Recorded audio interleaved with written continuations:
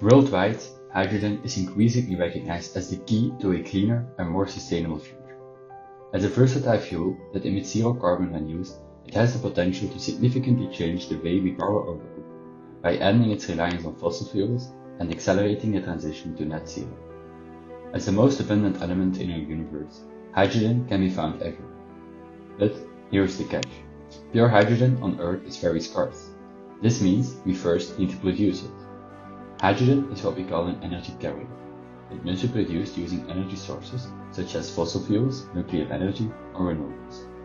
If hydrogen is made with renewable sources, then we have what we call green hydrogen. So, what's the challenge? Producing green hydrogen is still extremely expensive, thereby limiting its widespread use in our energy systems. Additionally, infrastructure for storage, transportation, and end uses still requires significant development. Let's take a look at how we can build the hydrogen world of tomorrow. Green hydrogen can be produced by water electrolysis, which is a method to separate water into hydrogen and oxygen using an electrical current. Some of the most important issues associated with green hydrogen production include cost, efficiency, and water usage. Recent studies have been investigating using salt or wastewater in electrolyzers to reduce the demand for clean water. New developments in anode and cathode materials and types of electrolyzers have led to increasing hydrogen production efficiency. Once hydrogen is produced, it must then be stored. The most common method for hydrogen storage is using compressed gas. Compressed gas hydrogen is stored in high-pressure tanks at 350 to 700 bars. Some drawbacks of using compressed hydrogen storage are the lower volumetric energy density and the challenges with storage tank materials.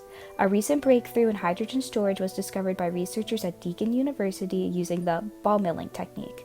This new process utilizes hydrogen gas stored in nanomaterials at room temperature. After the hydrogen has been produced and stored, it then needs to be transported for distribution.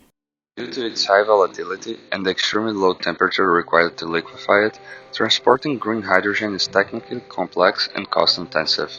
Safely moving hydrogen involves not only specialized equipment, but also safety measures. Green hydrogen can be transported in three main forms: liquid, gas, and solid.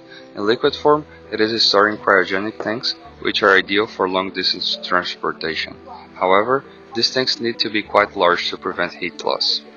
Alternatively, hydrogen can be transported as a gas through pipelines, which is more suitable for short and medium distance. Countries like Germany and the Netherlands are currently exploring the use of existing natural gas pipelines to transport hydrogen in an effort to reduce infrastructure costs.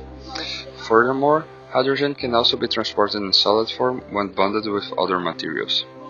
In addition, with the increasing role of green hydrogen in fuel cell vehicles, it is imperative to build a network of hydrogen refueling stations to ensure that end users have easy access to it. To conclude, there have been many advancements in hydrogen technology.